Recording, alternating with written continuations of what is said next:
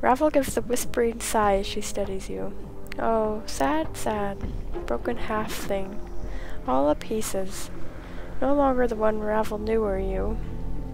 Are you still a broken? After all this sad, sad time?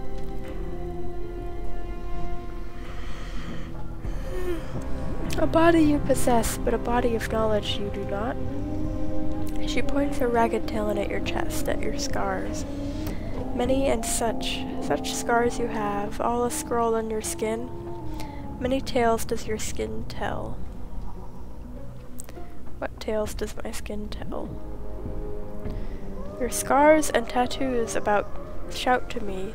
Here is a man in confrontation with the world. Ravel makes a crooning noise, not unlike a dying bird.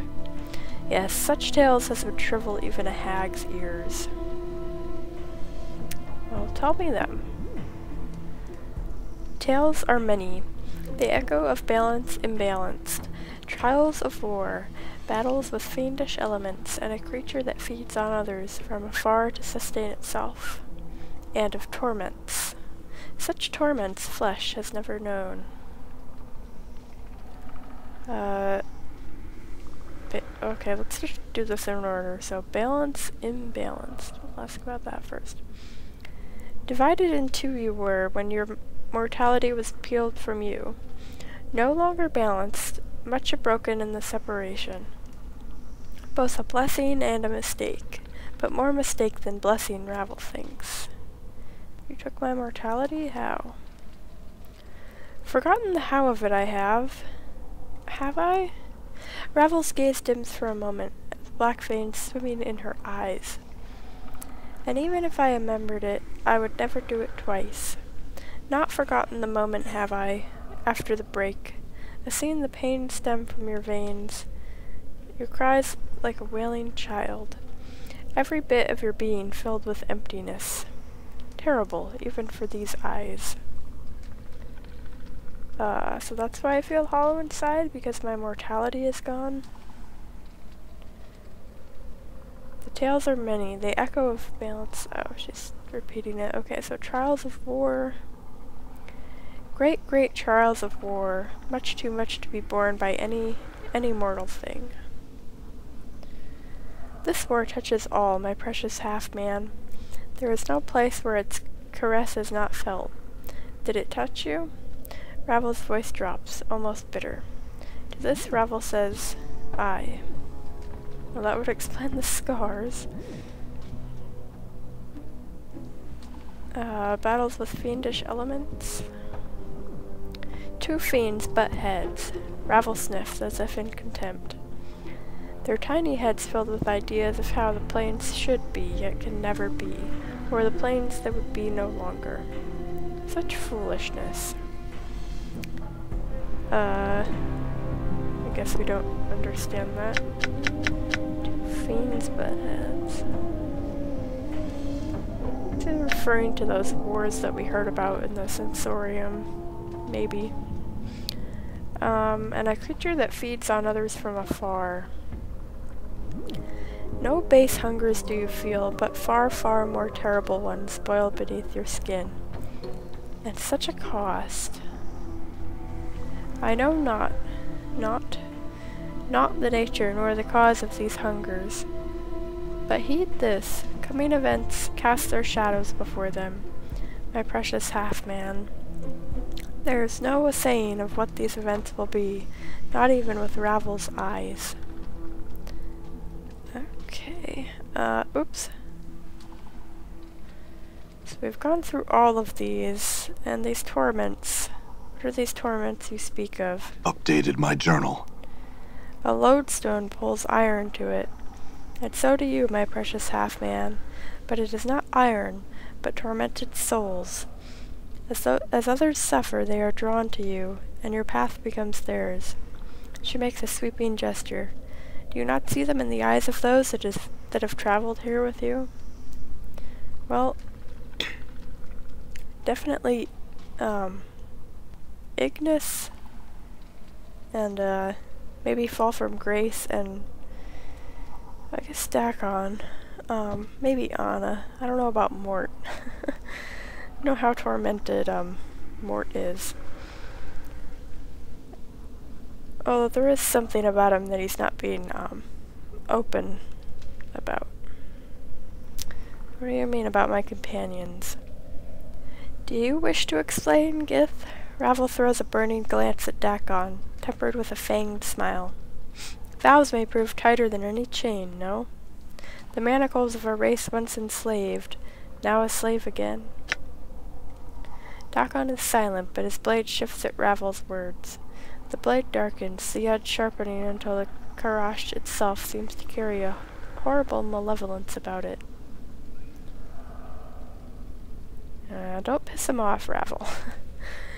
The crackling sorcerer. Ravel's eyes seem to catch Ignis's fire and blaze with his hellish light. An ember of Ravel's once passion he carries, for he cares not what he does, but mayhap. Down inside in the lightless places, he is tormented by what he once was, afore his passions came upon him. Do my words burn true? A smoldering corpse. Okay. The chattering skull. Ravel doesn't even bother to look at Mort, as if he is beneath her notice. Are the quips enough of a shield for what lies beneath your brain box? Why speak truths when lives suffice? What do you mean? The abyssal temptress. So she's not really explaining, she's just going from companion to companion. Ravel sneers, her yellowed fangs piercing her purpled lips as she squints at fall from grace.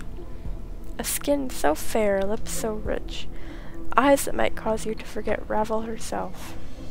And yet she suffers more than any other. When one turns on their nature, many are the torments that arise from such a betrayal. Ravel, Grace replies softly, almost cautiously. I have come to terms with my... You lie, succubus. Ravel's lips peel back in a snarl. You lie. Do not dare lie to me when your heart is a book to me. Every word you spit screams of your torment.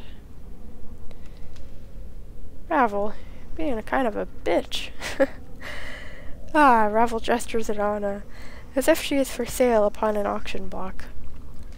Look upon the feistly tiefling, such fiery hair and voice.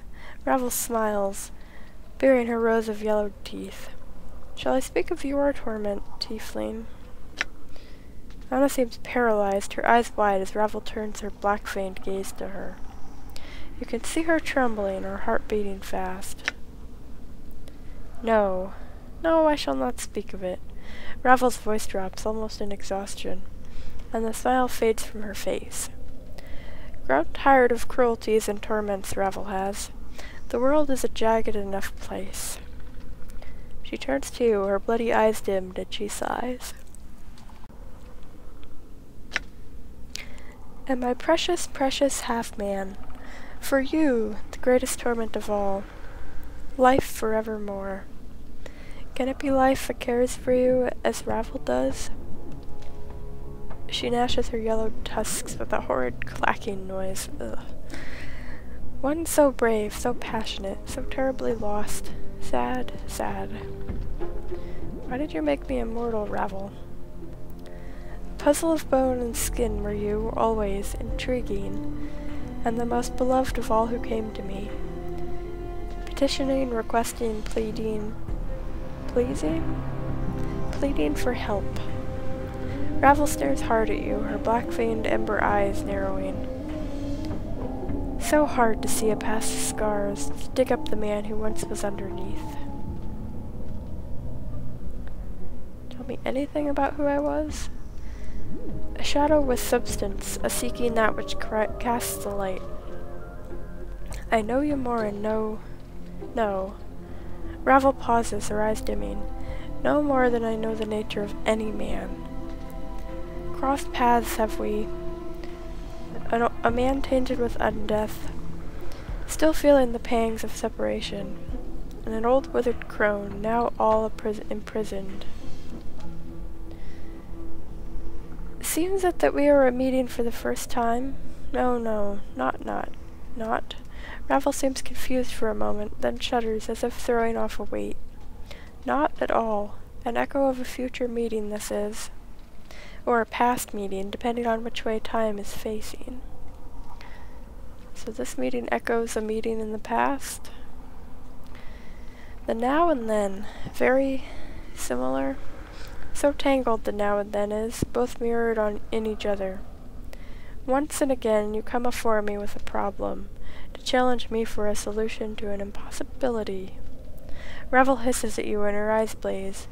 Beautiful, ungrateful, beloved man. Ravel doesn't seem to have heard you. She still seems to be in the past, for her eyes dim as if looking far away. Such fire in your eyes, enough to stir a grey lady's heart. Passion to be free, but when freed, the fire in your eyes guttered out. With the separation, your life has shed all meaning, I fear. Ravel smiles with her yellowed fangs, then clicks them together, as if laughing. Mayhap you should sit on your hind legs and limp your forepaws. Mayhap Ravel will give you another scrap of knowing. If we, sit up and beg like a dog. I guess we will. See what it gets us. A gentled heart now? Ravel's black-veined eyes glint, and the corner of her mouth twists upwards, like a snake. Has life softened you? But no one can hope. Oh, more questions do you have? Ravel croons softly, but there is an edge to it, as if she is reprimanding you. Tsh. But you have already asked so many. Ravel's black-veined eyes take on a curious gleam. The time for my questions is now, half-man. Okay. Know this and know Ravel's law. If you do not answer my questions, no more of your questions will I answer, my precious man. Step lightly with the answers, or the asking shall tear you apart. Okay.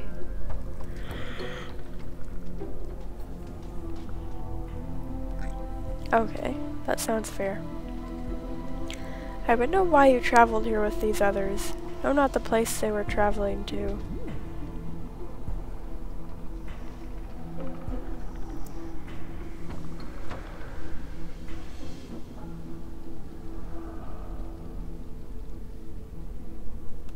So we can choose not to answer.